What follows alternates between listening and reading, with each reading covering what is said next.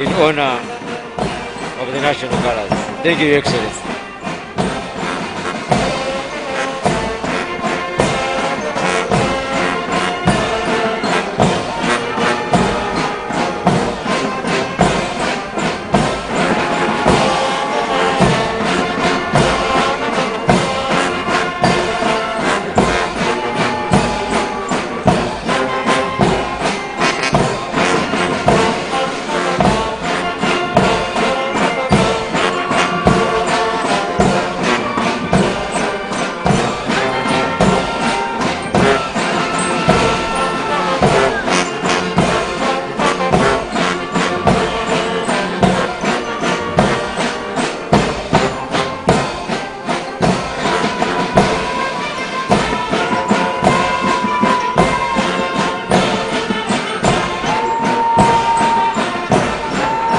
Thank you, Your Excellency. Dear guests, we may resume our seats.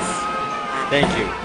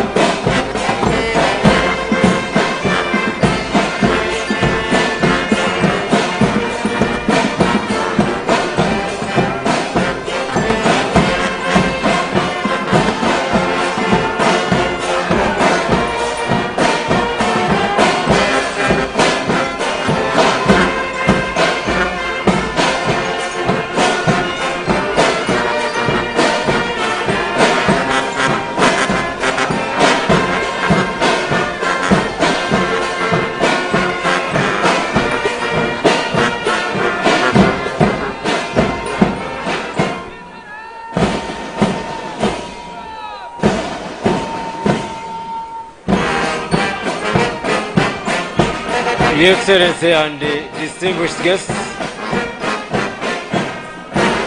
the parade is now in quick march time. And Your Excellency will once again request you and our distinguished guests to again rise when the colors reach the saluting base in honor of the national colors. Thank you, Your Excellency, and our guests.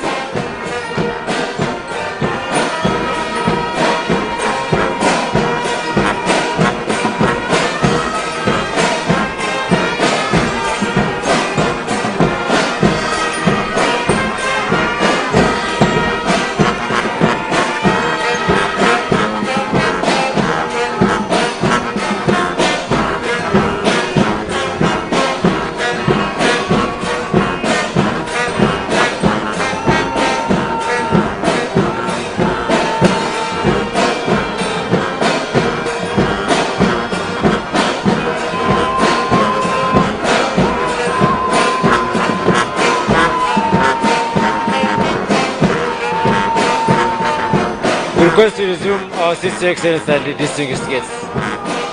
Thank you, Your Excellency.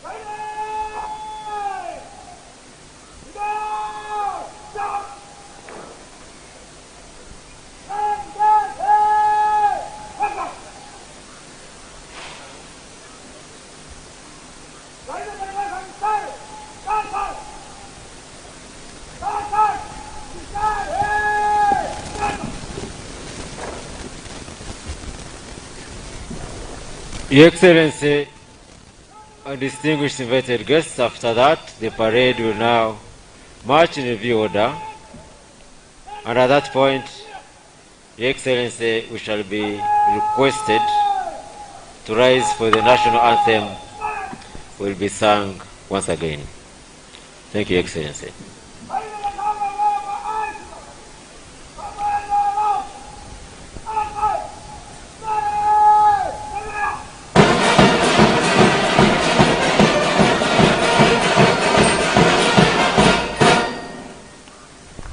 May I request you all rise, distinguished guests, ladies and gentlemen.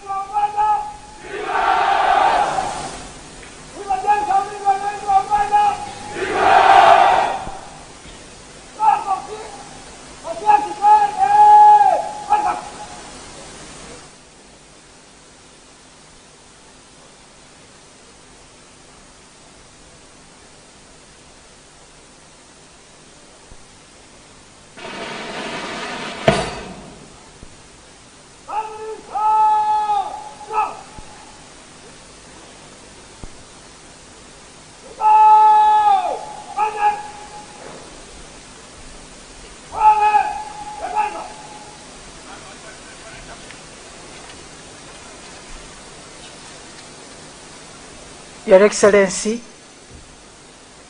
at this juncture, we, the Assistant Directors of Ceremonies, we would like to hand over to the Director of Ceremonies, the Minister for the Presidency, Honorable Miri Babirie Babalanda. Your Excellency, as she comes, the theme talks of a journey, and you have walked us through the journey. It has not stopped. Journey yakatandika. So the question is, where did this journey start? We've been discussing this, but we have come to this one. It is written in Jeremiah chapter 1, verses 4 and 5. It says, "The word of the Lord came to Jeremiah. Before I formed you in the womb, I knew you. Before you were born, I set you apart. I appointed you as a prophet to the nations. Your Excellency, this journey you are walking through with us, this is where it started. Even before you were born, God had already appointed you president of this nation. That is why you have done so well. That is your calling.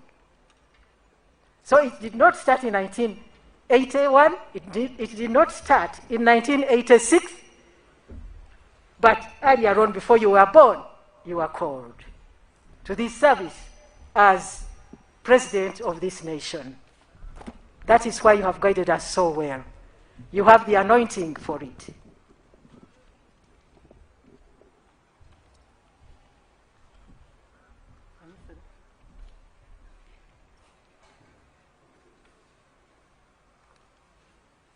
Your Excellency, the President of the Republic of Uganda, Commander-in-Chief of the Armed Forces, and National Chairman of the mighty party NRM, retired General Yoweri Kaguta Museveni.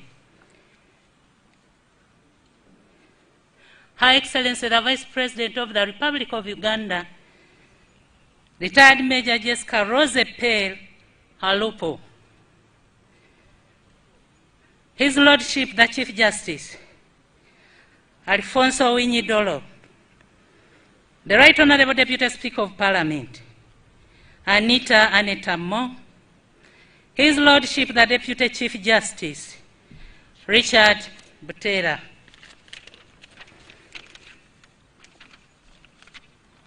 the Right Honorable First Vice Chairperson of NRM, retired Brigadier General Alhaj Moses Chigongo, the Right Honorable Prime Minister, Robina Nabanja, the Right Honorable Second Deputy Prime Minister and Deputy Leader of Government Business in Parliament, retired General Moses Ali, the Right Honorable NRM Secretary General, Richard Todrong, all the Cabinet Ministers present,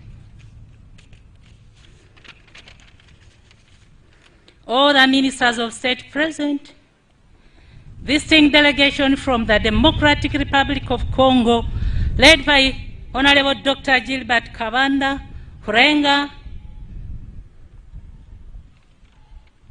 all the head of diplomatic missions, all the members of Parliament, all the former national leaders, especially His Excellency Gilbert Bukenya, His Excellency Edward Chiwanuka II, all the traditional leaders present, Head of Public Service and Secretary of Cabinet, all service chiefs, all the religious leaders, the National Chairperson Women Council, His Grace, the Most Reverend Paulo Semogerere, His Eminence, the Deputy Mufti, Sheikh Abdallah Semambo, all the invited guests, ladies and gentlemen.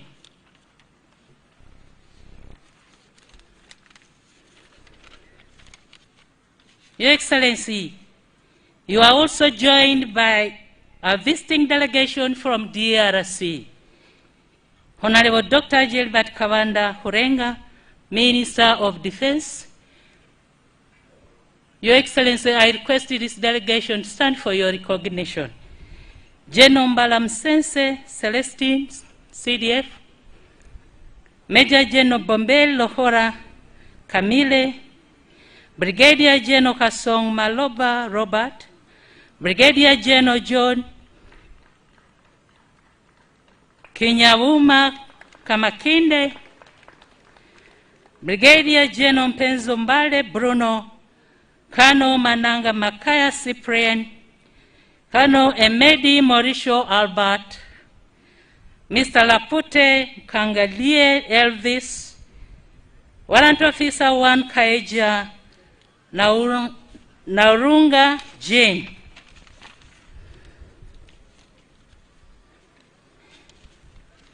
Your Excellency, I most warmly congratulate you upon marking the 36th NRM NRA Victory Day anniversary. Your Excellency, sir, the theme of this year's celebration is celebrating the 36th NRA Victory Day, a call to duty for all compatriots to contribute towards Uganda's socio-economic transformation journey.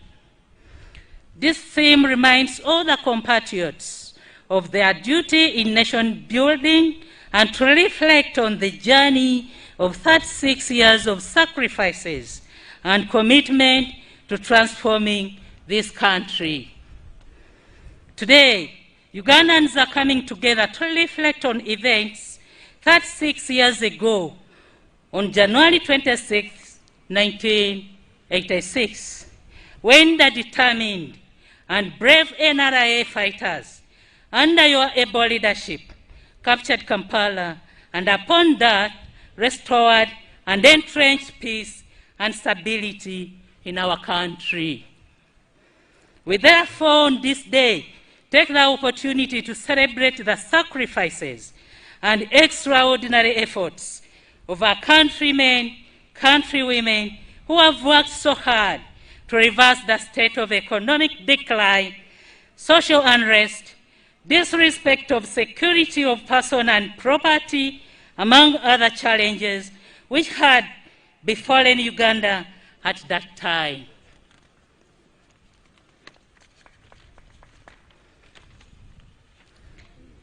Ugandans are proud of this liberation, which has fundamentally changed their lives and the prospects of their children. This day is therefore a fitting tribute to the heroes who fought for this freedom, but particularly to you, Your Excellency, for your revolutionary leadership. Finally, Your Excellency, on behalf of the Presidency, I wish to pledge total support of the Presidency to your initiatives that are intended to transform the lives of Ugandans. As Presidency, we are implementing programs that are aimed at improving service delivery. We have adopted the Apex platform that will be used to undertake performance audits of public services and to ensure effective implementation of the NRM manifesto. Your Excellency, on a sad note, however, as we celebrate this anniversary, it's with much regret and we learn of the demise of our Professor Emmanuel Tumusimi Mutebire, who has been the key pillar of Uganda's much celebrated economic recovery program promised in 1986. We have also lost Mrs. Prosinagai Muzira, a long-time member of the National Organizing Committee for the National Ceremonies and staff of the President's Office. And also, sir, Mr. Magunda Sosan, my biological father, who passed away last week. With your permission, sir, I request that we observe a minute of silence in remembrance of their contributions.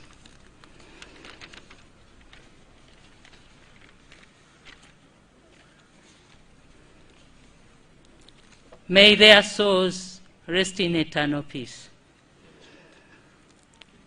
Your Excellency, I now take the opportunity to invite you to come and address the nation. Thank you, sir.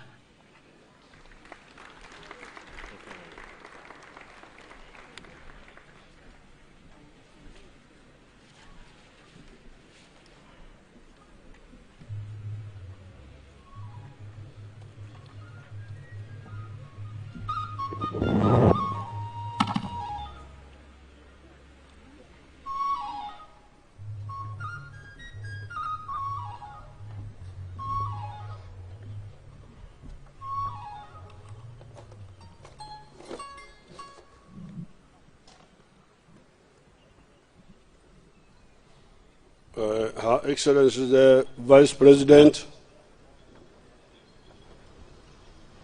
His Lordship the Chief Justice,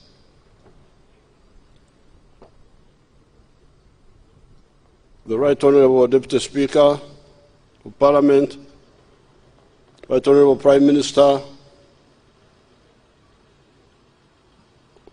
Honourable Ministers, Members of Parliament, His Grace the Archbishop Paul Somogere,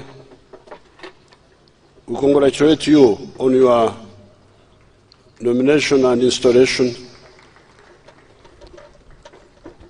His Grace the Deputy Mufti, all our visitors from Congo, our brothers, karibu sana wa Kongo, Wakongomani karibu sana nyumbani hapa. Tunawakaribisha. And ladies and gentlemen, members of the armed forces, commanders and militants, I would like to use this day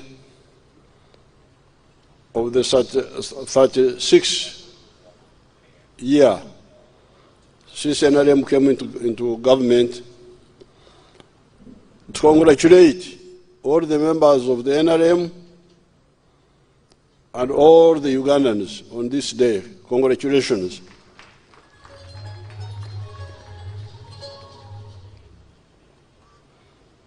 We fought for very serious reasons, and that's why on this occasion some limited report should be given as to what has been achieved. The economy of Uganda now will be $44 billion in July.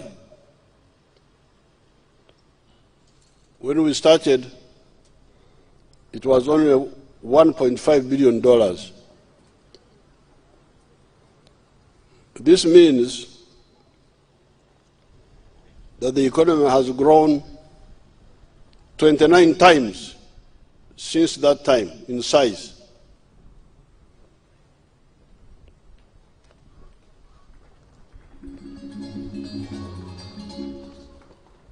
And in July, the GDP per capita will be about $980. That is very near the middle income status, which is $1,039. So in July, we shall be about $50 short of the middle income status. And we would have achieved the middle income status if it had not been for the corona. But in this Sanja, we shall definitely achieve it because we are near.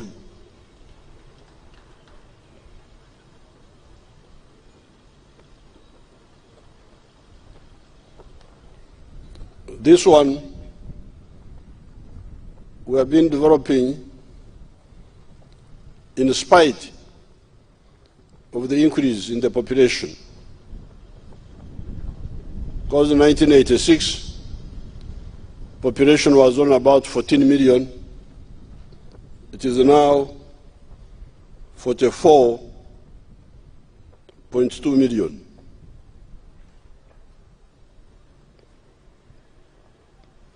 However, I'm not satisfied with this level of growth.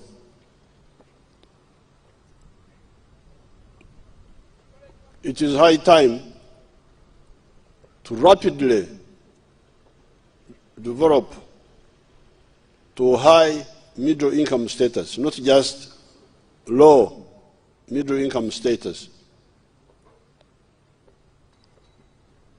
I do not fully agree with our planners who keep talking of these rates of growth of 7%, 6%. We can grow rapidly to a much higher level. Why do I say this? I say this because some of the people have already achieved high middle income status at individual, homestead, or even area level. You find some areas of Uganda which are already in the high middle income level.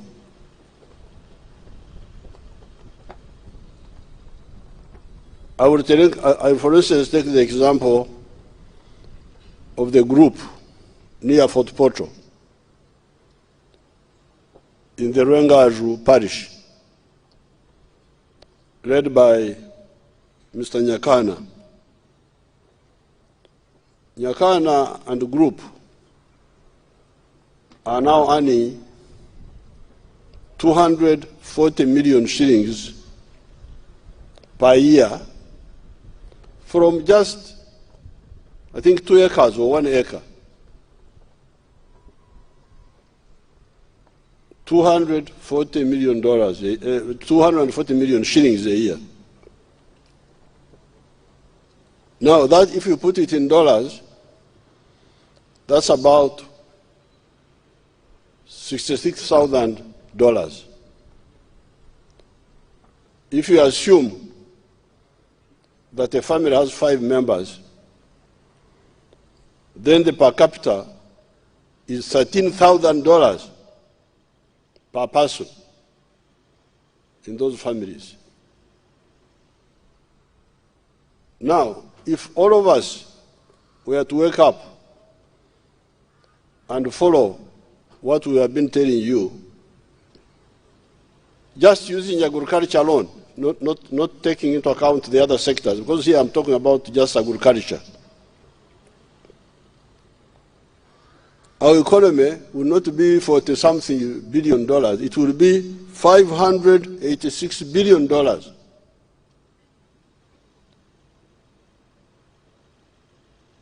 It will be more than $500 billion, which is approaching countries like Turkey and so on. So therefore, on this occasion, this is what I'm demanding from especially the NRM leaders. We should not just go on being called leaders when we are leading nobody, when we are not leading nobody anywhere, just running around. If these people can achieve this, if Nyakana and his group can achieve it, why not everybody else who has got land especially? I'm going to launch, I think tomorrow, I will launch the parish model, development model.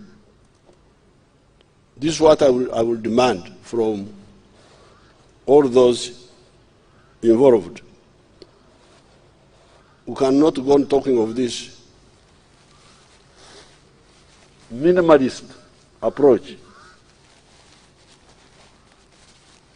We must take advantage of the full potential of the economy of Uganda.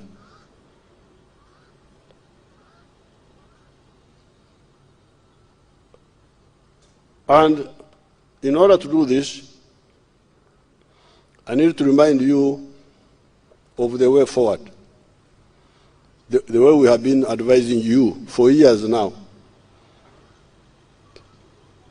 The sectors of wealth creation are 4. From where you can get wealth and jobs. Sector 1, agriculture. This alone can push us to the middle income, to the high not low, but high middle income level.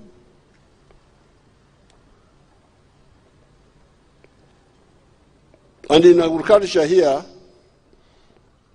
we need to be clear about the two modes of commercial production.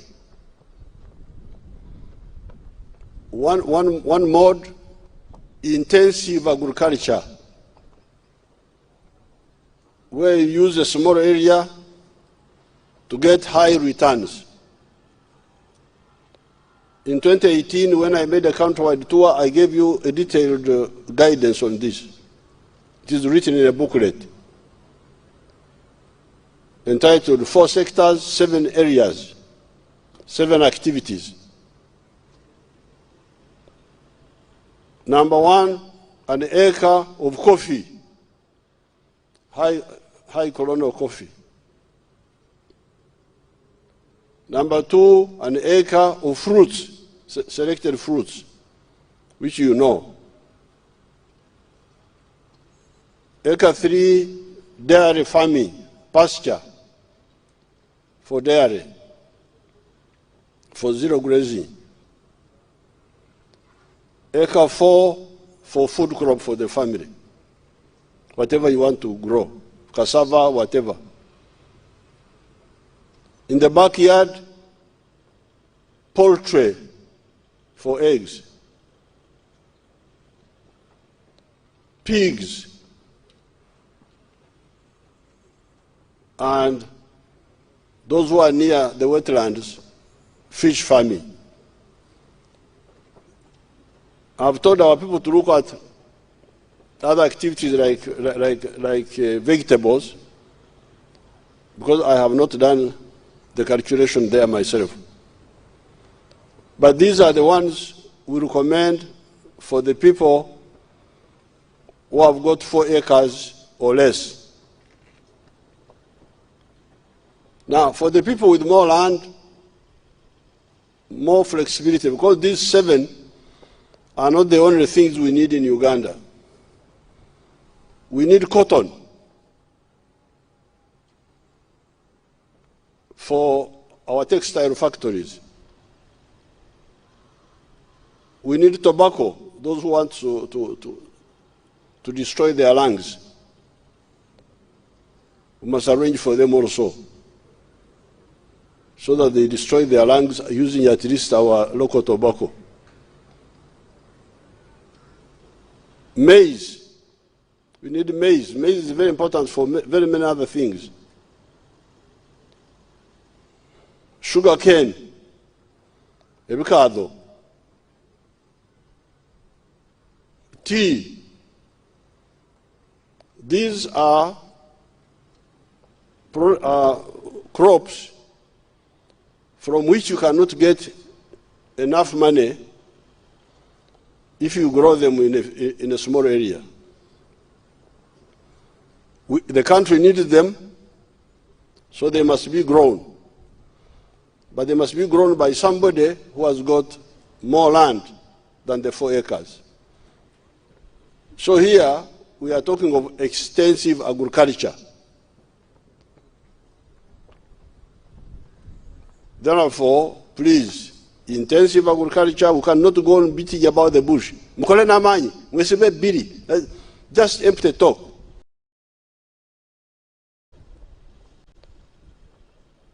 Without researched guidance to the people.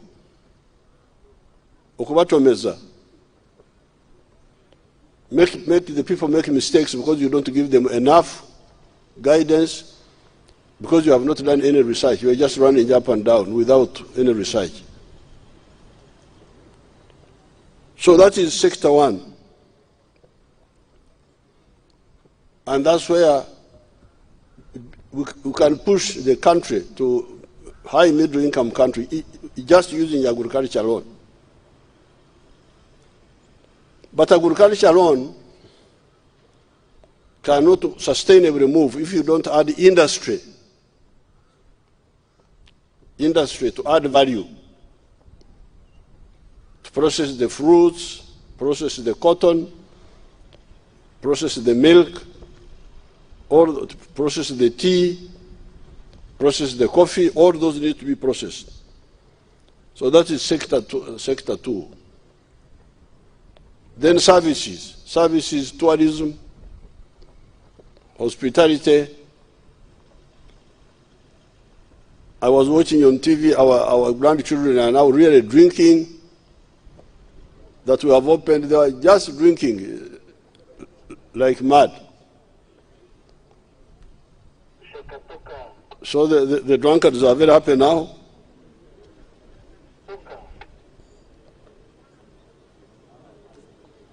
That is all services. And then finally, ICT. So therefore, this time, I'm normally polite and talk, hoping that people will pick by themselves, especially the leaders. But this time, I'm really going to be even rude to people, because we are wasting a lot of time.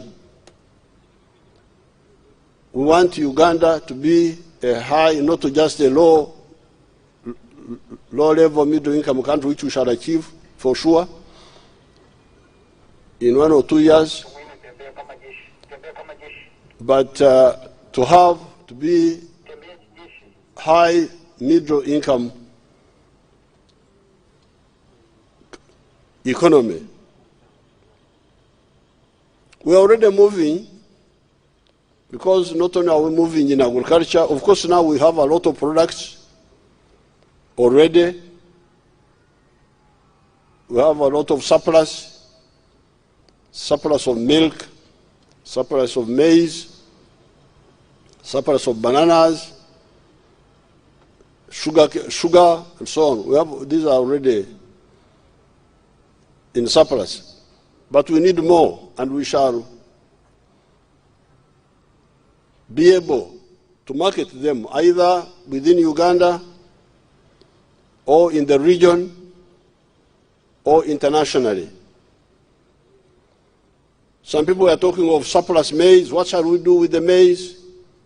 What shall we do with the sugar? The answers are there. If there is no regional market, then we can turn the sugar, we can turn the maize into petroleum, into ethanol.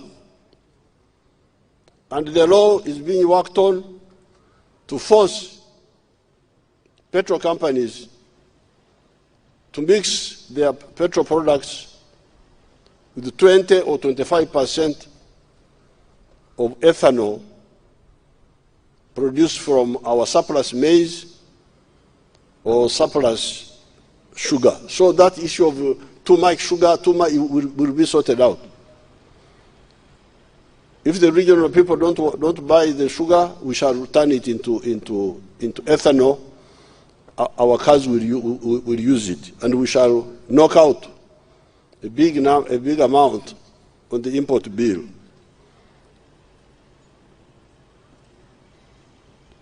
But our people, and I'm confident we can do this, because why? Because our people are now educated.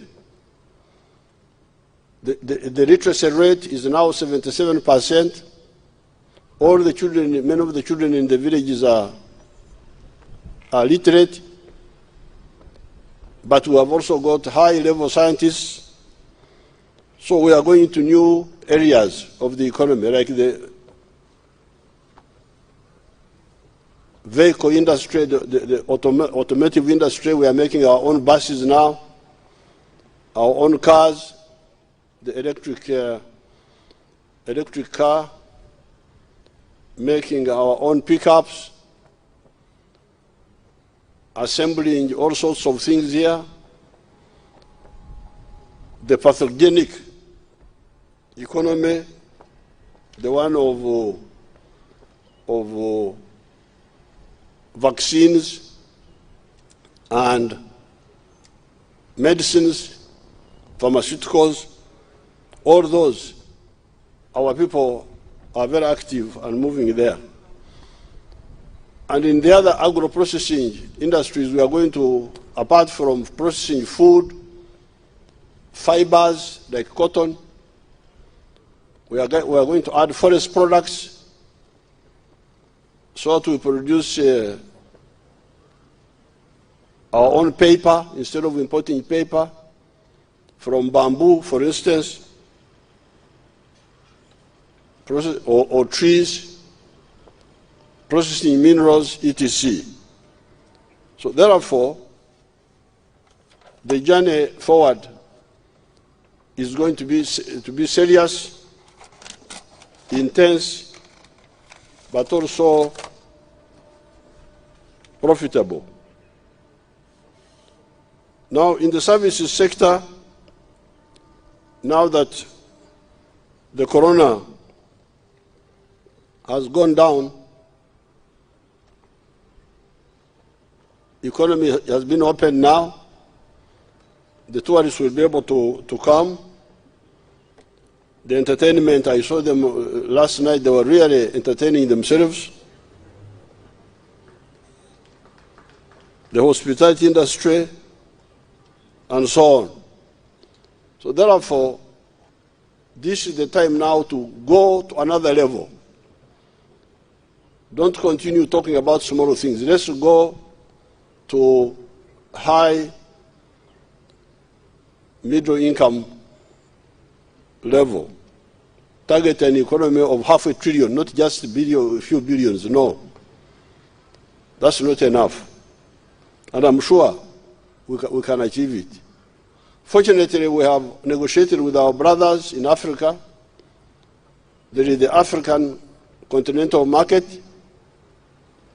common market. We have got market access to the United States products under AGOA, the European Union, China. So the markets are there if we produce the products of the right quality. We fought with Corona, as you saw. I want to thank Ugandans and congratulate them for listening to our advice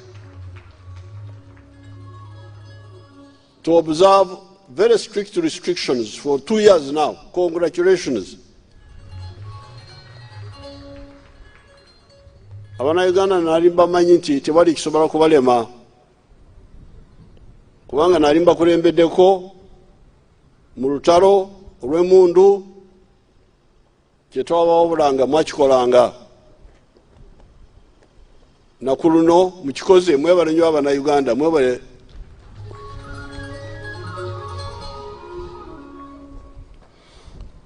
These international media groups are not serious. You really wonder how people can be not serious.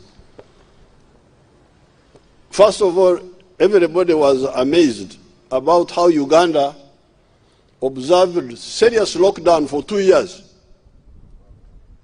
They wrote about it. BBC, Al Jazeera, I even heard some that New York Times and things like that. But what is amazing is that they miss the point. When they talk about the lockdown, they say girls got pregnant in lockdown. This is what they are talking about. That's what they are talking about. Oh, girls got pregnant. Girls got pregnant. Being pregnant is not dying. You fellows, Al Jazeera, BBC, please. Can you not understand that being pregnant, a young girl, is a complication, but it's not dying? The original problem, the one who were fighting, was dying on a big scale. And we succeeded. I don't know who took the cup in fighting corona in the world,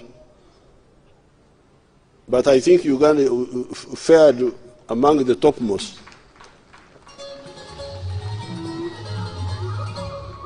Because after 2 years, we have lost 3,000 something people who died. Some of the other people lost almost, some of them lost almost 1 million in one country, 1 million people who died in a year. Here, we are talking of 3,000 something. And those who have been infected all these years, 2 years, 160,000. If you watch what happens in other countries, 160,000 are infected in one day. So I congratulate Ugandans for listening to our advice. The children who got pregnant, we are going to discuss with the bishops. Some of them are here. We shall find a solution for them. There are some arguments. Should a child come with ortundu? In Nyankole they call it ortundu. When you are pregnant and the stomach is showing, it's called ortundu. Should the children come with ortundu in the school? That one I will discuss with the cabinet first and with the other people. Should the child come breastfeeding in the school? That one we shall again discuss quietly among ourselves. But what I can tell you straight away, what I will not agree to, whatever happens, is to condemn a child not to continue with her education because she got pregnant once. That one I cannot accept. I cannot accept.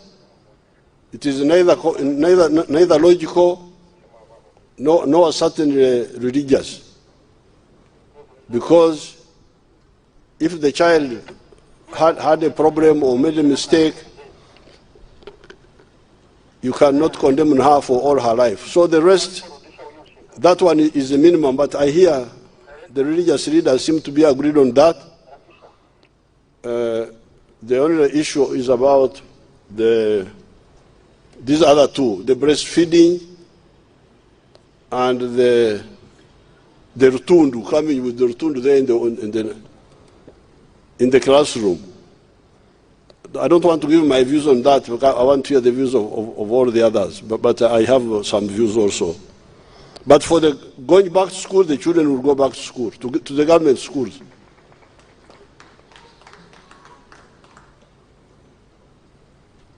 They will go back because you cannot, if mature entrants, abakaikuru, abakaire, if they can go back to school and study when they are in their 40s, 50s, why can't the child go back to school and study after she has had a problem? But should she go with the rutundu? That one we shall discuss.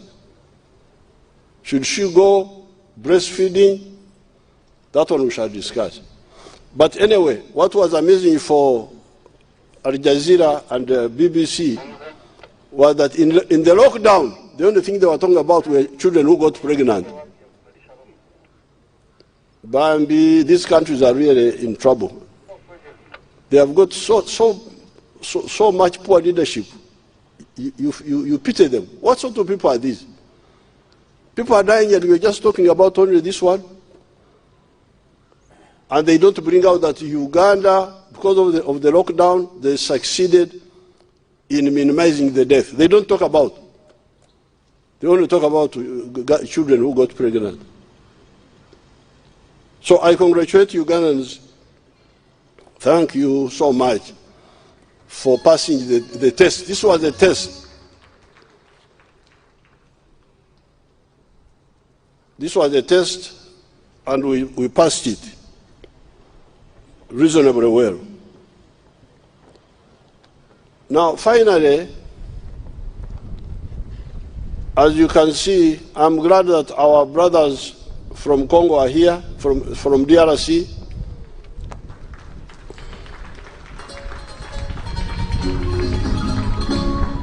We are working together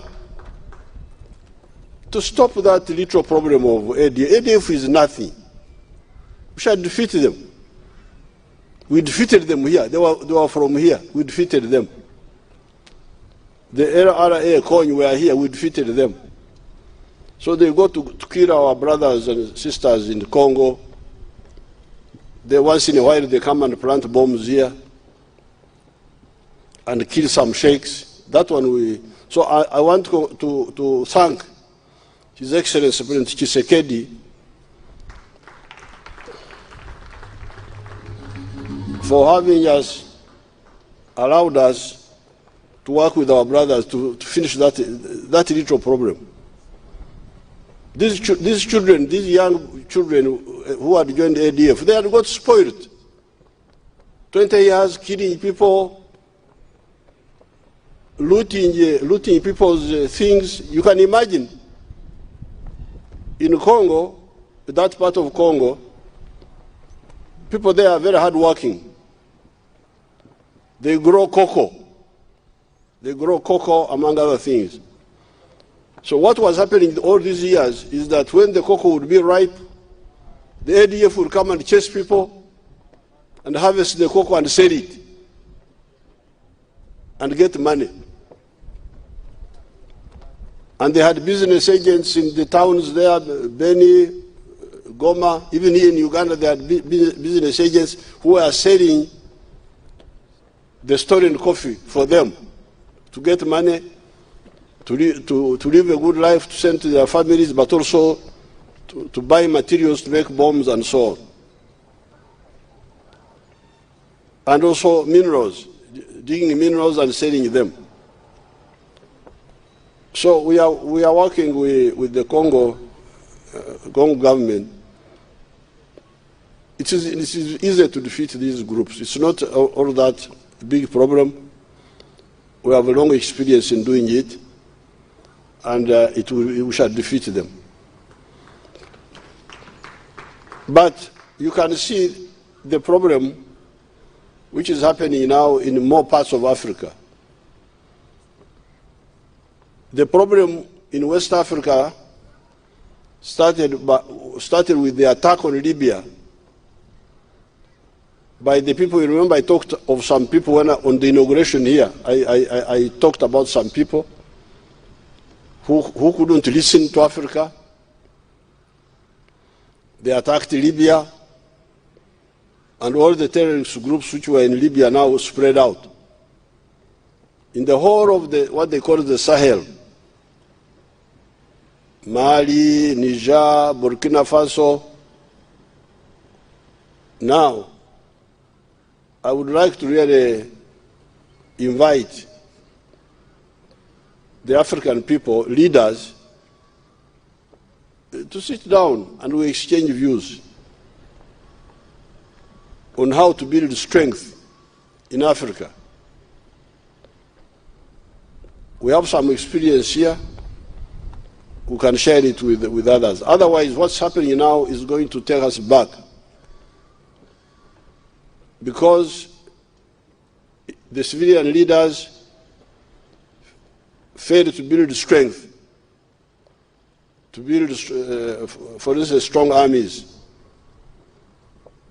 Then the terrorists come and take over the country. Then there is a military coup, like the ones which have happened in Guinea and Mali and now recently in Burkina Faso.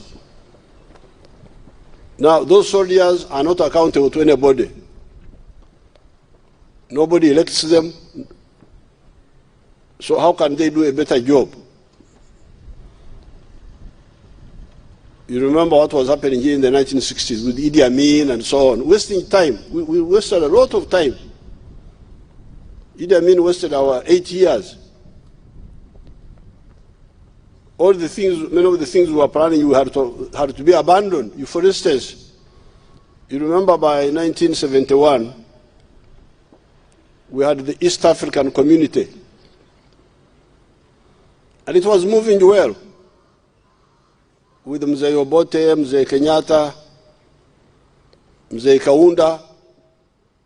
Actually, Kaunda was about to join the East African Community, Zambia.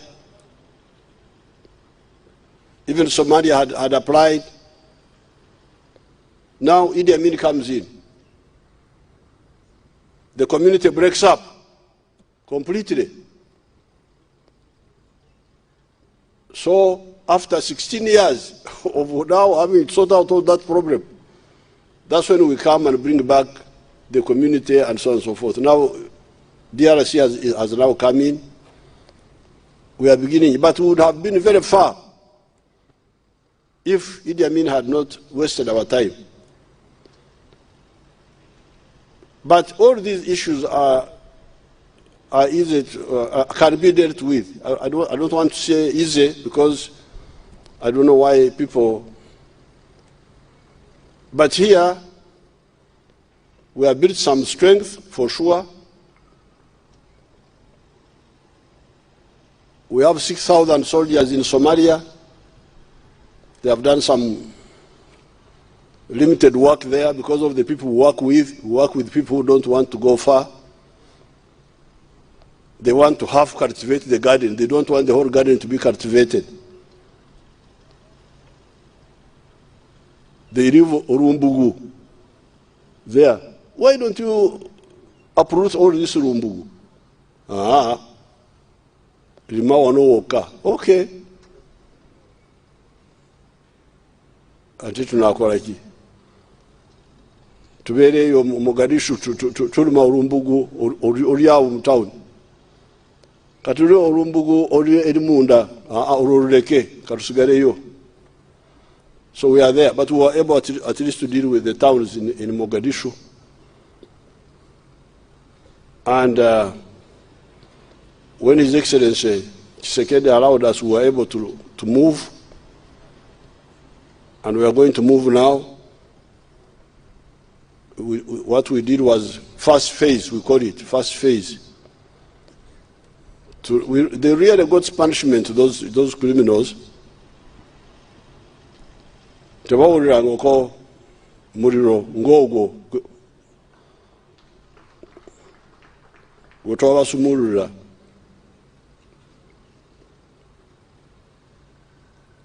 Ate nokumanya tebamanyi. You know, this is the whole problem of Africa. Abantu abatalina kye bamanyi babeerawo ne befuula ng'abalina kye bamanyi. Kati buno obwana okugenda walooka ekikampi kyabwe kiri awo bali bakiyita kambi ya yuwa. N'obeerawo simanyi kilomita meka kuva ku nsalo ya Uganda newefuulaawo n'okolerawo efujjo n'otamanya nti lumu Katonda alikiriza Uganda n'ekusaanyaawo. Tebumanyi, they don't know. They don't know what war means. They talk about war, they don't know what war means. They don't even know how to fight. Buriyawo ukole bebutomanyi. But Africa should not allow those novices to disturb our peace and our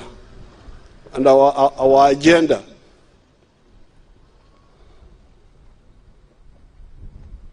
We shall get in touch with the West African leaders and see how to harmonize our thinking.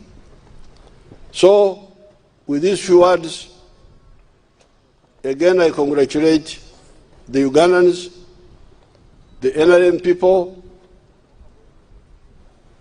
on the 36 years of NRM management of the country, but even more on the earlier years of the struggle which you persecuted very well.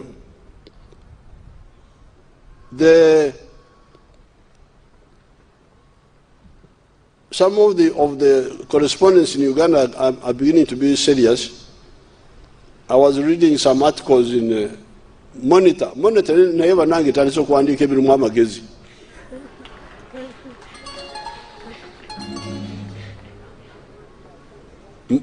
Monitor mujimanyi? Monitor omusajja buli eyo bubadde bukola ebitotegerekeka naye kati olwaleero ndabite Katonda gyali. Monitor newandika ebirimu amagezi. In one page, I think it is, the inside page, I think it is 32 or 42. 32. I don't have time to.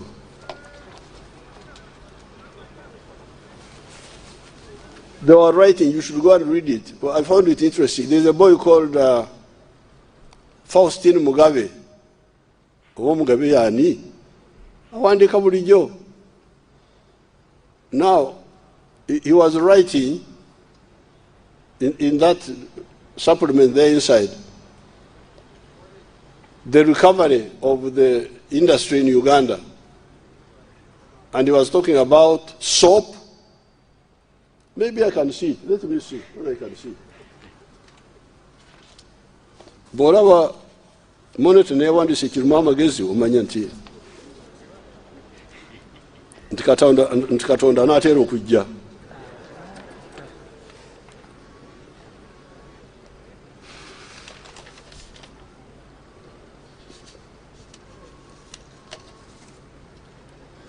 Oh, I may follow it, and away.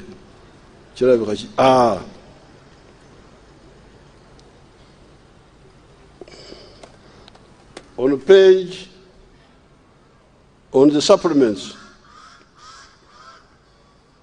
page Roman 32. Ebya Roman mubimanyi. Abaroma bawandikanga XXX, that means X is 10. Awazibeera bwezibeera esatu ozibeera asatu mu bbiri. Kati oyo omwami Mugabe, when the National Resistance Movement government came to power in January 86, production was very low. In the manufacturing section, all the factories were running after half capacity and below. Crop production was equally very low. But in the first 366 days under the NRM government, a lot of growth was recorded in production and exports, partially as a result of the peace restoration by the NRM government. Below are some of the records from production and exports of some crops extracted from the 1988-89 National Budget Report. Kati olaba kati monitor naye wandika ebirimu egezi. Kino kyakwewuunya nno. Oba Katonda akyaddeyo simanyi. Kati ne bawandiika soap production. Soap, sabuni, was one of the most scarce essential goods in Uganda when the NRM government came to power. In 1986, only 3,292 tons of soap, both for bathing and washing, was produced. But the following year, 15,879 tons were produced in the sole manufacture factory owned under Mukwano Industries in Kampala. So, soap production went from 3,000 tons a year to 16,000 tons. Monitor everyone is saying no. Kati bw'olaba ente eyogera ng'omuntu.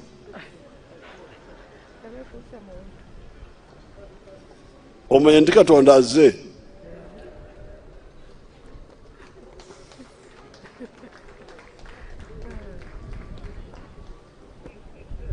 Kati owa monitor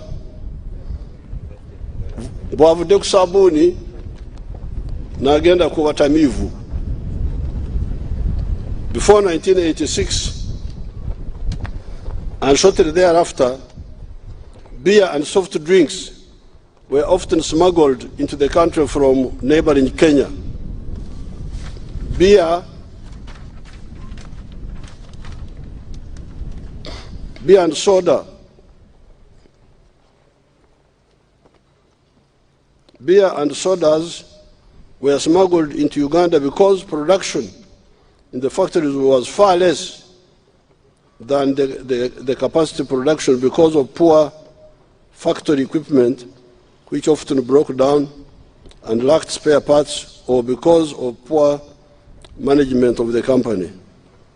But with improved security in the country, beer production in the country was reportedly increased from 6.6 million liters in 1986 to 16.4 million the following year.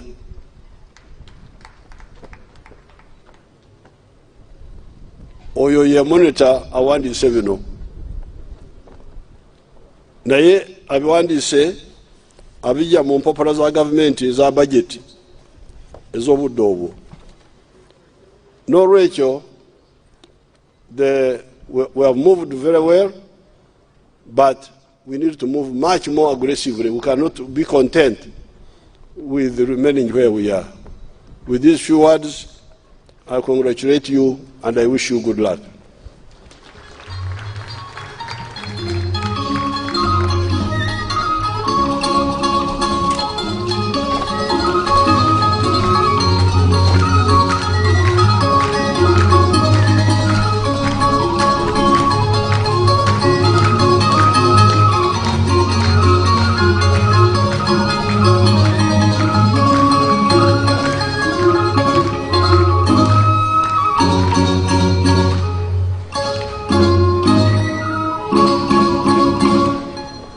We thank you so much, Your Excellency the President, for that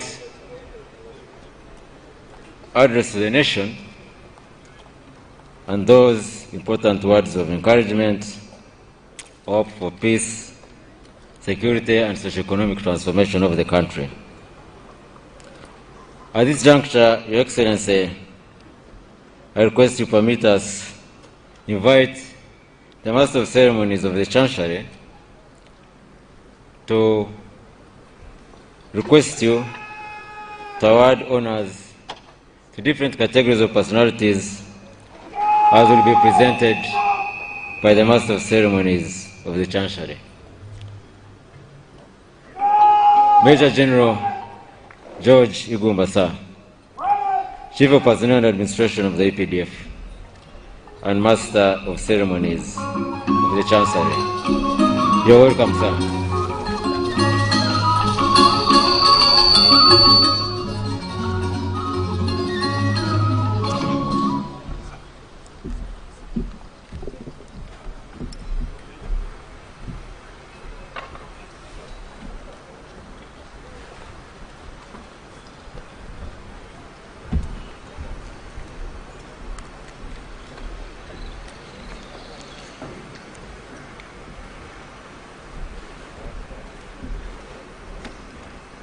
Your Excellency, the President of the Republic of Uganda and Commander-in-Chief of the Uganda People's Defense Forces,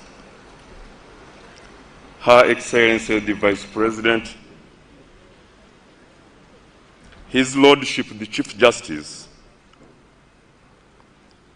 Right Honorable First Deputy Prime Minister, Honorable Ministers and Ministers of State, Their Excellencies the Ambassadors and High Commissioners, Honorable Members of Parliament, Service Chiefs, Their Worship the religious leaders, distinguished invited guests, ladies and gentlemen, good afternoon. Your Excellency, I'm Major General George Igumba, the Master of Ceremonies for the Chancery, to run you through this last part of today's celebrations as per law established. In accordance to Section 3, Part 2 of the National Honors and Awards Act of 2001, His Excellency the President of the Republic of Uganda has awarded medals to 50 persons at the 30th 6 NRM Victory Anniversary celebrations. The medals are the 50th National Independence Medal, the Nalubale Medal, the Luwero Triangle Medal, and the Special Service Police Medal. The names of the 50 awardees were duly considered by the Presidential Awards Committee, comprising of 10 members, chaired by Dr. Beatrice Wabdea and Hajat Malole Zamina as Secretary to the committee. The awardees have been categorized as follows. 50th National Independence Medal, there are 29. Nalubale Medal, only 1 person. Luwero Triangle Medal, 4 persons. And Special Service Police Medals, 16 persons. Now, award of the National Independence Medal. As per Section 3.2, Second Schedule, Part 1 of the National Honors and Awards Act of 2001, the National Independence Medal is awarded in recognition of outstanding service and loyalty to the country from 9th October 1962 to 9th October 2012. And on the list are Professor Patrick Engel Oguang, Professor Patrick Engel Oguang possesses a PhD in pharmacy and pharmacology from Makerere University. He is a renowned researcher in herbal medicines, head of pharmacy and senior lecturer at Mbara University of Science and Technology, and a former executive member of the Pharmaceutical Society of Uganda. Professor Patrick Engel Oguang is the founder of the herbal remedy Covidex, a supportive COVID-19 treatment. He is also the leading researcher of Biotrac that produced a sanitizer, FarmSan, in response to curbing down COVID-19, served as the research officer at the Natural Chemotherapeutics Research Institute, Ministry of Health, Uganda.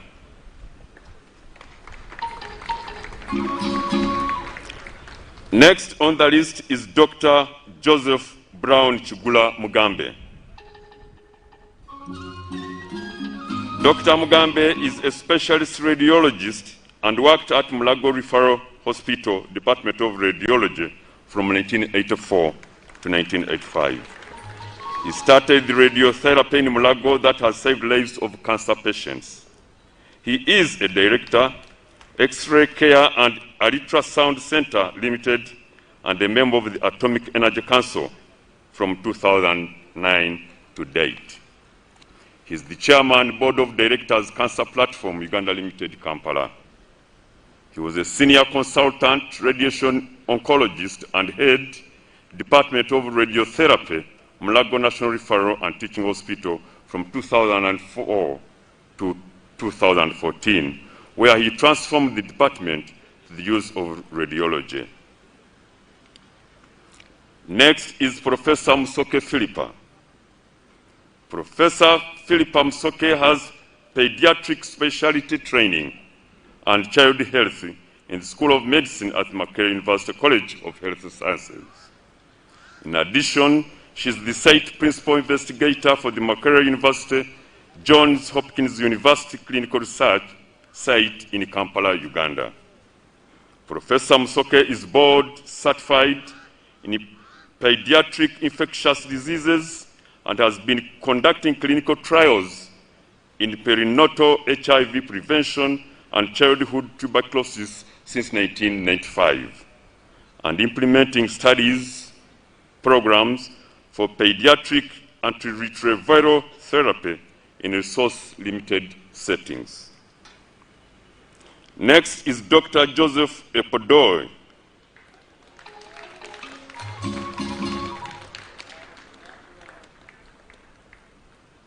Dr. Joseph Epidor was the lead surgeon of the team working at Soroti Hospital, when we were faced with a conjoined baby girl twins. One was dead and the second live was attached to the decomposed sister, who was a stillbirth. They were referred to Soroti Regional Referral Hospital. However, on assessment, they were further referred to Mulago National Referral Hospital for better management. Mulago apparently had no capacity to help the baby attached to a dead one, sharing a liver, chest, wall, and etc., and at risk of being poisoned. The family finally returned to Soroti, and true to the Hippocratic oath he took at Makerere University years ago, Dr. Joseph Epidor assembled the team and went into theater to separate the twins. 5 hours later, Epidor emerged, having successfully separated the live baby from the one that had been dead for 6 days.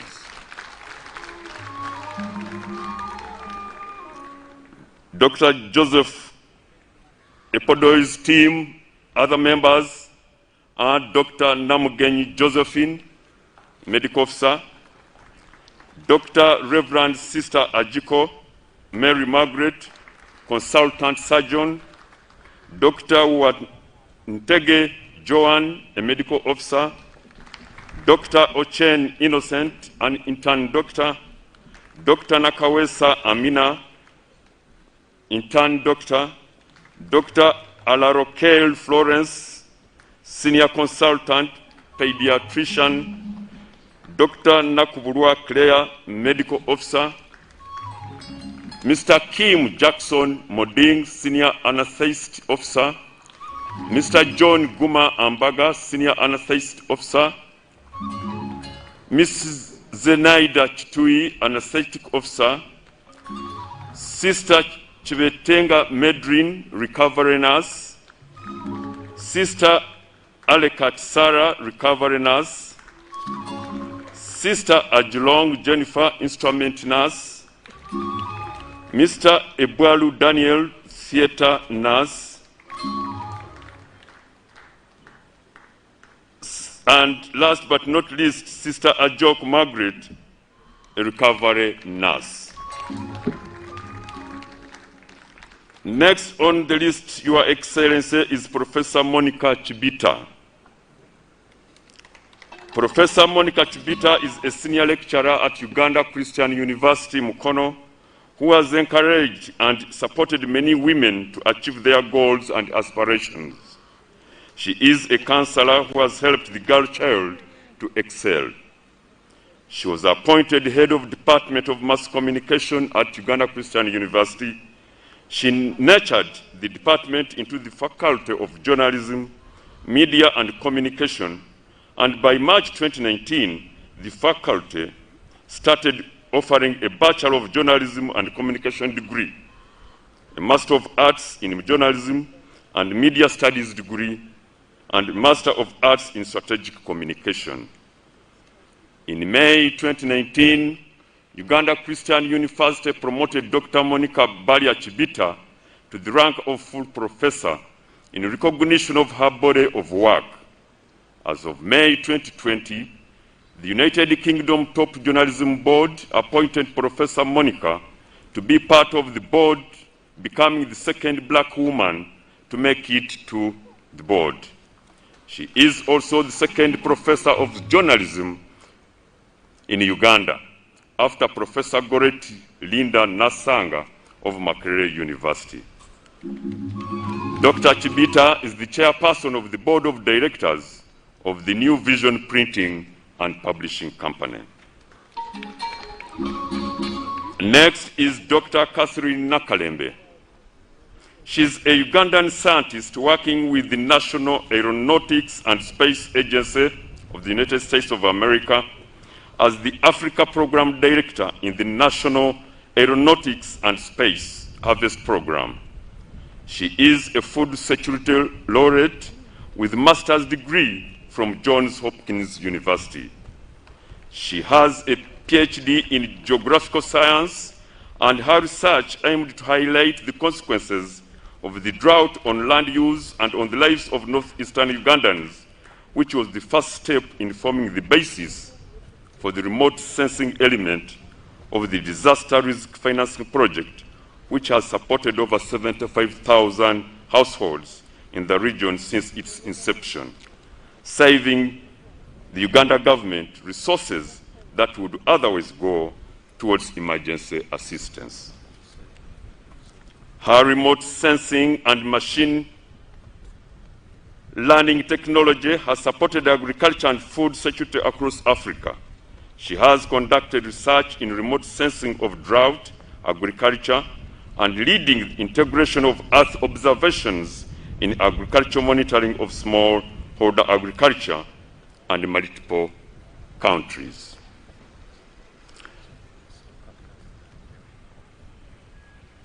Next, Your Excellency, is Perus Chemtai. She took up running in 2013 after attending the district athletics champions in Buko as a casual fan. At the 2015 Commonwealth Youth Games in Apia, she won silver medals in the 1,500 meters and 3,000 meters. She won the gold medal at the 2020 Summer Olympics in Tokyo in the women's 3,000 meters steeplechase race, becoming the first Ugandan woman ever to win an Olympic medal. Next is Chipolymon Jacob, a Ugandan long-distance runner who competes in track running events. He is the 2020 half-marathon world champion and represented Uganda at the 2016 Summer Olympics. At age of 16, Jacob Chipolymon produced a performance of a lifetime to win gold in the men's under-20 race at the 2017 International Amateur Athletes Association. On 17 September 2020, Chipolymon won a Diamond League 3,000-meter run in Rome, the fastest 3,000-meter since Kenenisa's in August 2017. Chipolymon's time is the 8th fastest time ever.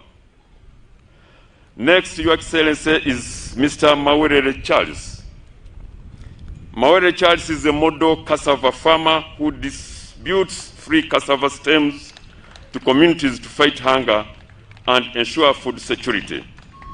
He has helped farmers add value to their cassava by advising them to sell flour instead of raw cassava, which initiative has improved household income for the whole people in his area. He has constructed energy-saving stoves for all the blind in the district of Jinja. He planted trees at all health center tools in Birongi rural, answering the call for sustainable environmental protection. He is a pillar in sustainable socio-economic development despite his disability. Next is Sister Mwangale Mubeke Robina. She's a senior health educator by profession. During the response to Crimean Congo hemorrhagic fever virus and COVID pandemic in Jinja, she was the first to visit hotspots of the epidemic. She aired messages on how to manage diarrhea among the under 5 years, which contribute to the reduction in morbidity and mortality in the Greater Busoga region. Next is Mr. Frank Calimuso. May his soul rest in peace. Mr. Calimuso was the first Vice Chancellor of Makerere University, appointed on July 1st, 1970 for a 5-year term. A revered civil servant, Calimuso was Uganda's first permanent secretary and head of civil service, soon after independence until July 1st, 1970. As a Vice Chancellor, Calimuso mentored and helped many lecturers like Supreme Court Justice George William Kanyayamba, who were targets of the regime then. However, Calimuso never survived the henchmen of the regime then. He was killed while in service to the people of Uganda. Next is Golapali Nagamohana Rao. He is the chairman, Indian Association of Uganda. He came to Uganda in 1997. He has established a chain of businesses in Uganda like Gromo Seeds and Chemical Limited, among others. He's engaged in socio-economic services like research, production, importation, distribution of quality vegetables and field crop seeds, as well as agricultural chemical fertilizers, and very many other investments estimated at a tune of $7.5 million US. He has contributed tremendously to our development agenda for attaining the Vision 2040 by adding value to agricultural products and creation of employment opportunities to many Ugandans working in his group of companies. Your Excellency, during the COVID pandemic outbreak, he mobilized over 3.5 billion Uganda shillings from the Indian business community towards Your Excellency's effort to fight the spread of the pandemic and donated 22 double cabin pickups. Next is Dr. Stephen Birongi. Birongi is a veterinary doctor. He's a lay reader in the Kirika Church of Uganda Parish, who has unified the parish and mobilized them to start building one of the biggest and most modern cathedrals in eastern Uganda on a self-help basis. This cathedral will also have a modern adult training center as annex to impart skills to Ugandans. He worked with the Dutch to set up a factory, the first ever of its kind in East and Central Africa, to manufacture veterinary medicines in the country. Your Excellency, the very last in this category is none other than Onyach Onechimo Oyo. May his soul rest in peace. Onechimo Oyo was born way back in 1917 in Koro Abili Gulu district. He was a grade 3 magistrate of Chitugum and Kasese districts from 1963 to 1976. He was the founder of the Scouts movement in Acholi sub-region, aiming at developing the youth into self-reliant citizens who are acceptable in every community.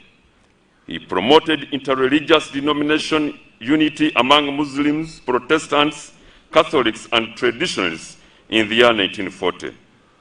While on the Amnesty Commission, he persuaded the LRA rebels to surrender to the government and supported the RDC of Gulu district, then the late Omoro Justin, in this endeavor. Your Excellency, that marks the end of the awardees in the category of the National Independence Medal.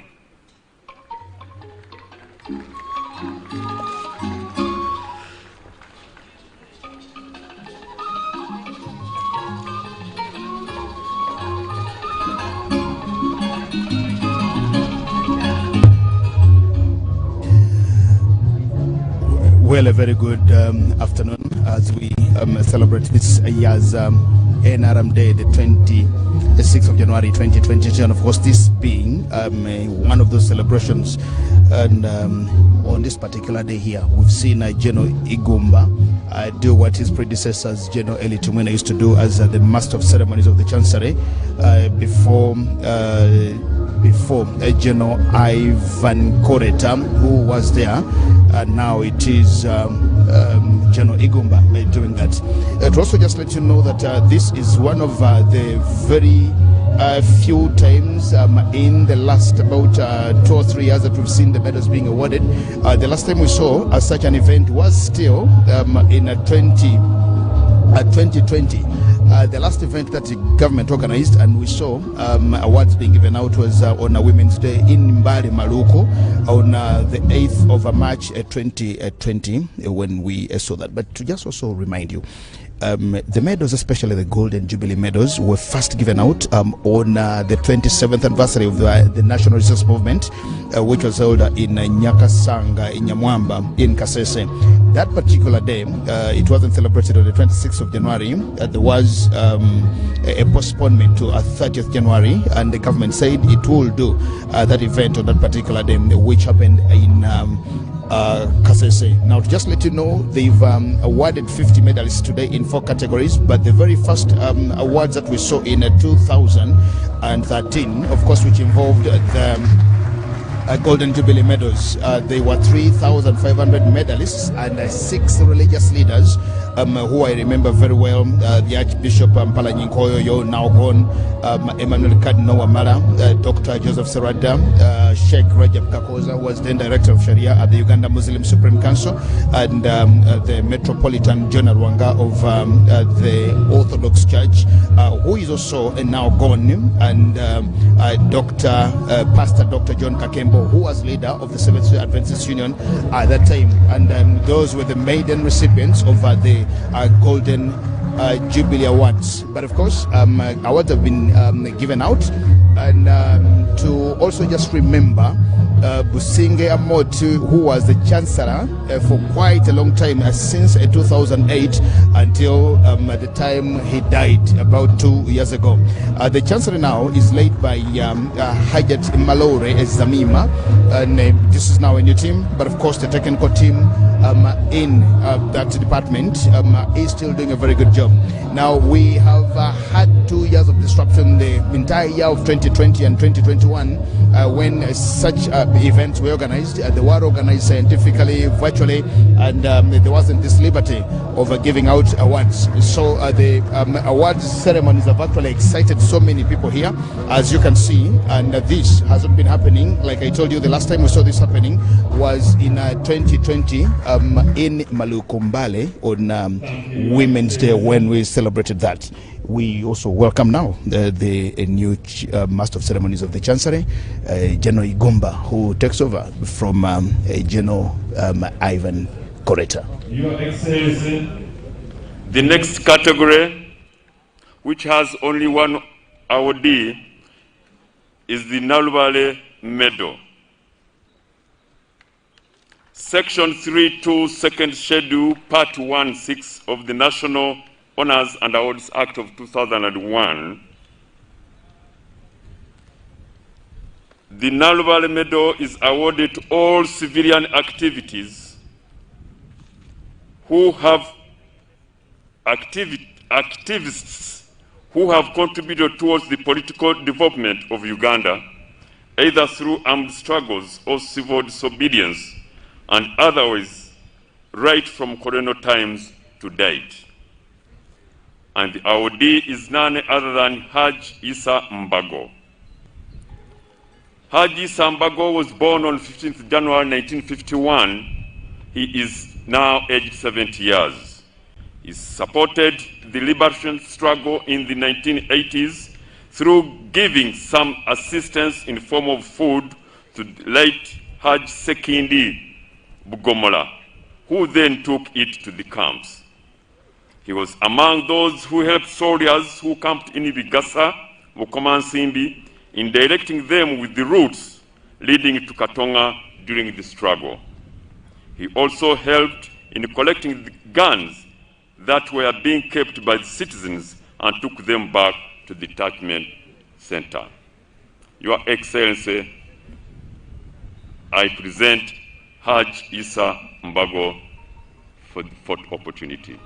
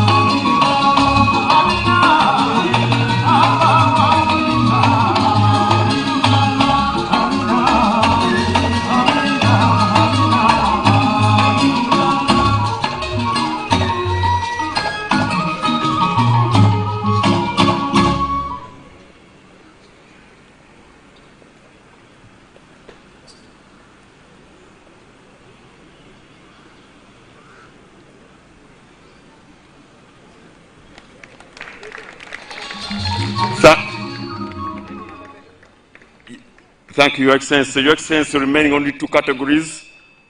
One for Luero Triangle, which has only 4 names, and the police one, which has 16. I'll just read the names without citations, Your Excellency. Next category, Your Excellency, are 4 UPDF officers for the award of the Luero Triangle Medal, which is the medal used as the climax of the armed struggles of the people of Uganda. It is awarded to any officer, man or woman, who joined armed struggles against dictatorship in Uganda. It is also awarded to civilians who operated closely with armed freedom fighters during struggles against dictatorship. And the 4 are RO 11063 Major Sadi Katongole. Next is ROV 2232 Lieutenant Godfrey Chofna. Next is ROV 002240 Lieutenant Musa Cheyune.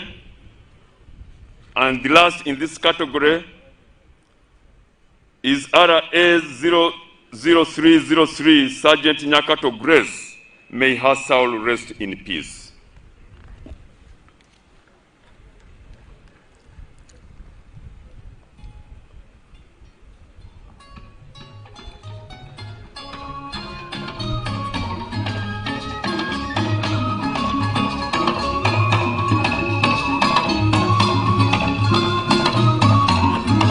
Your Excellency, the last category, comprising of 16 police officers, is the award of the Special Service Police Medal, which is awarded to police officers of the Reserve Force and Special Police Constabularies who have distinguished themselves during their period of engagement.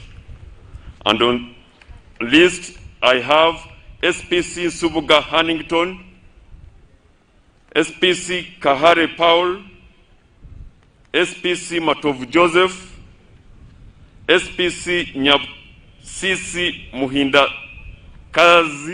Muhindakazi, SPC Waniroth Anna, SPC Waja Ismail, SPC Serubiri Yusuf, SPC Lweje David, SPC Teng Christopher, SPC Mumbia Muhammad, SPC Biogezi Abdallah, SPC Watua Ramadan, SPC Waswa Tanansi, SPC Kiza David, SPC Samuel John, and SPC Sharita Richard.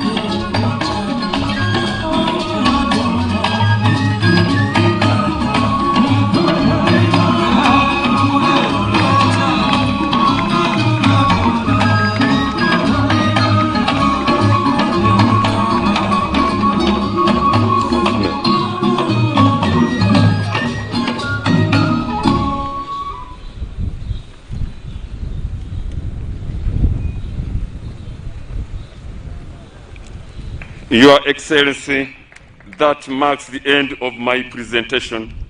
I do thank you for your kind attention and patience for God and my country.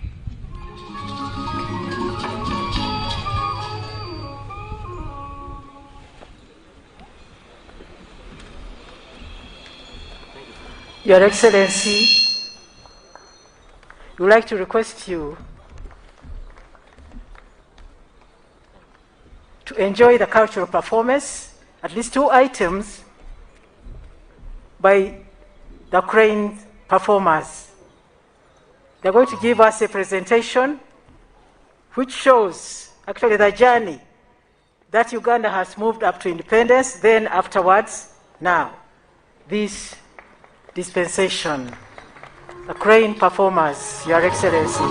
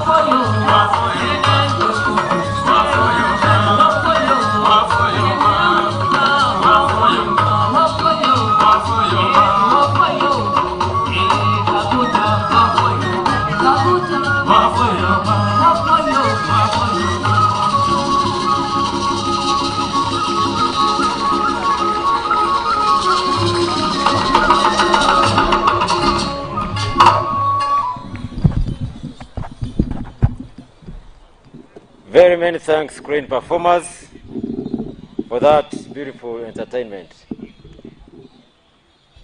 Your Excellency and distinguished invited guests, may I request that we now all rise for the anthems. Parade Commander, over to you, sir.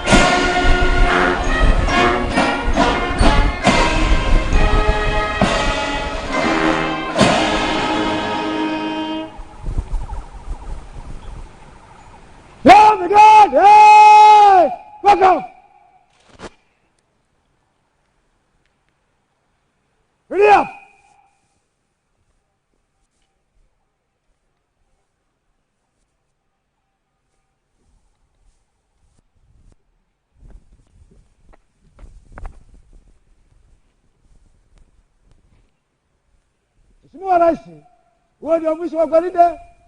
Naomba kutoa bendera uwanjani, Mheshimiwa Rais.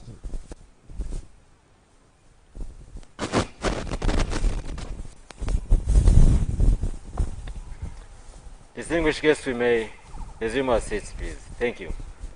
The parade commander has requested for and secured permission from His Excellency the President and Commander-in-Chief to march the colors of the parade ground.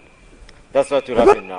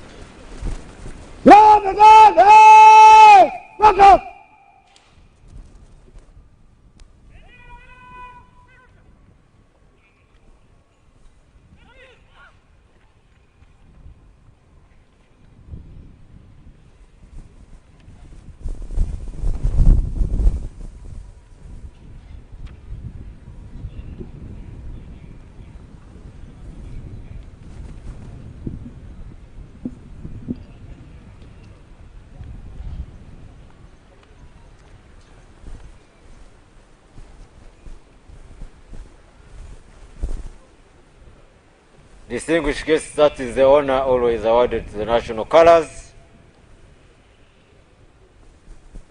The command of the color party ensures that they are handed back to the military police for safe custody.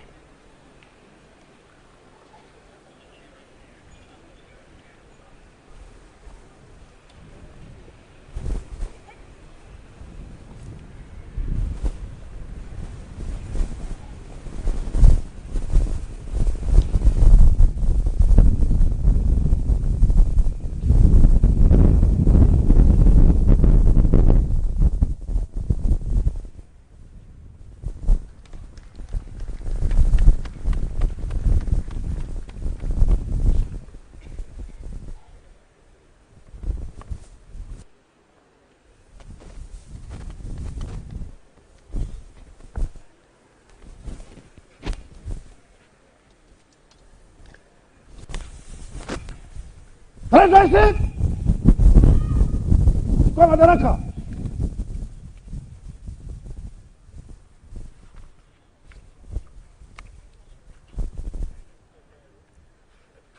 With that, Your Excellency and distinguished guests, the parade commander now hands back the command of the parade to the second in command, who will march the parade off the square.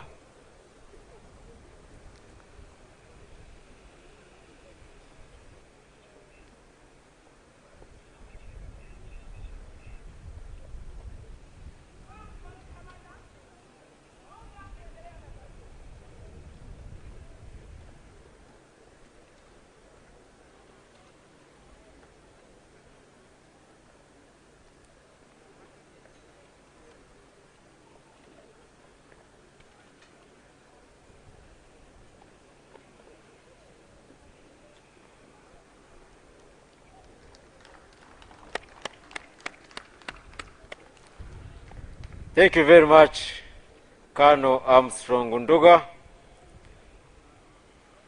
Very good performance for the day.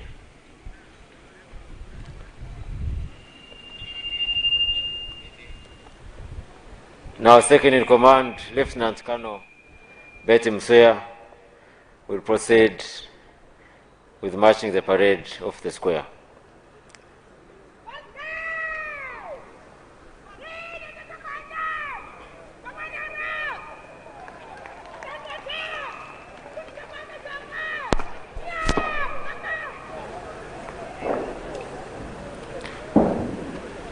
Your Excellency, we normally have the female officers command the parade when it is International Women's Day. But today, we have had the second in command who is a female officer on a day like this.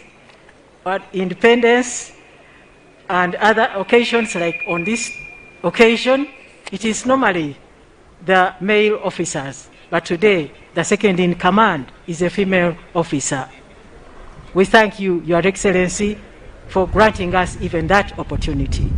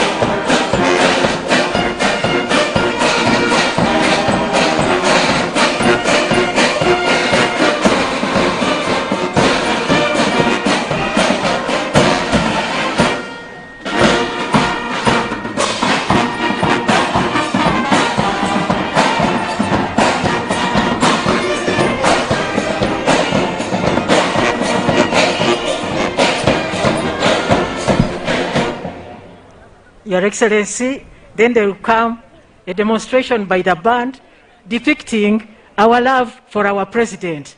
Because of our love for our president, normally we abbreviate his name with M7K.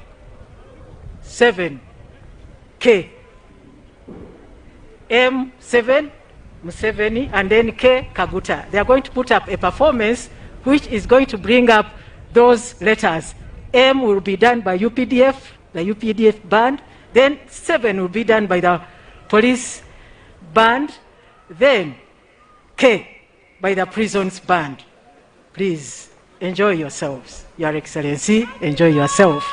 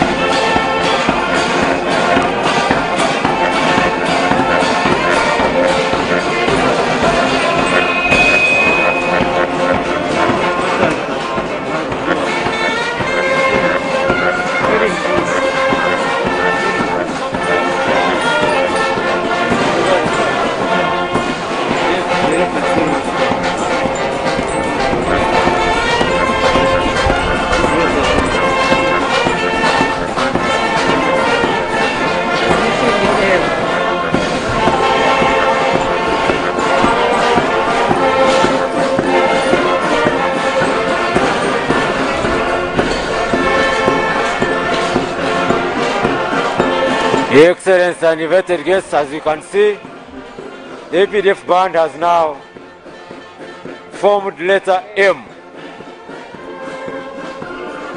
And now we see the police band forming figure 7 for M7.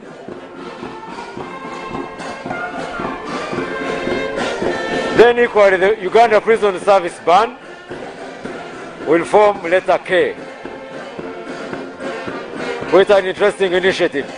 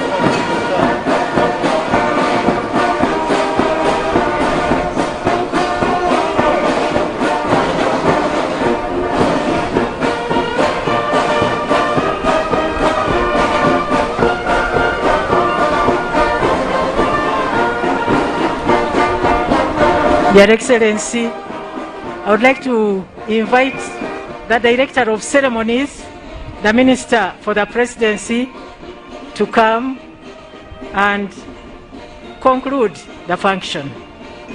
Thank you, Your Excellency.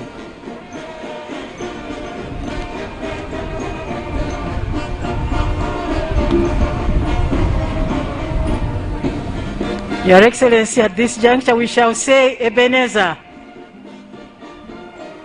Thus far, God has helped us. The journey is still long, and we still trust you to continue leading us on this journey. Thank you, Your Excellency.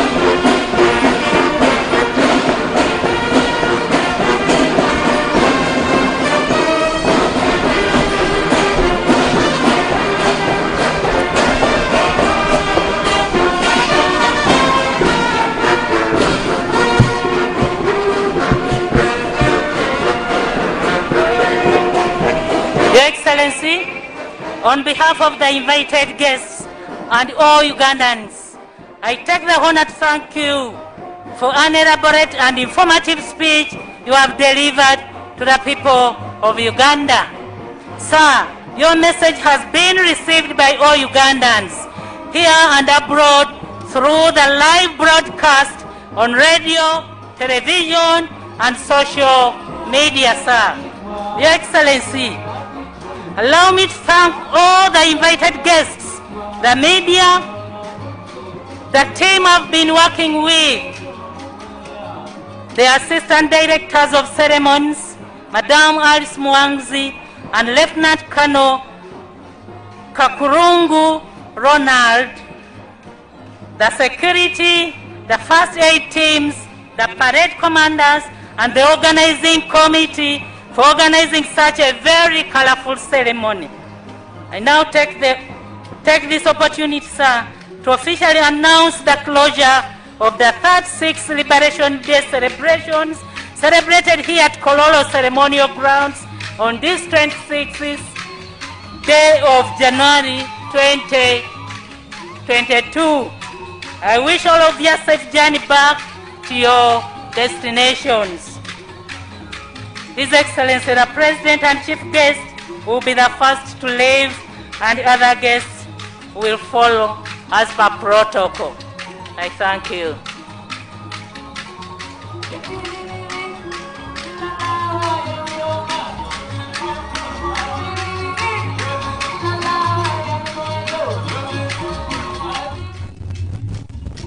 Well, it's just at 2 o'clock.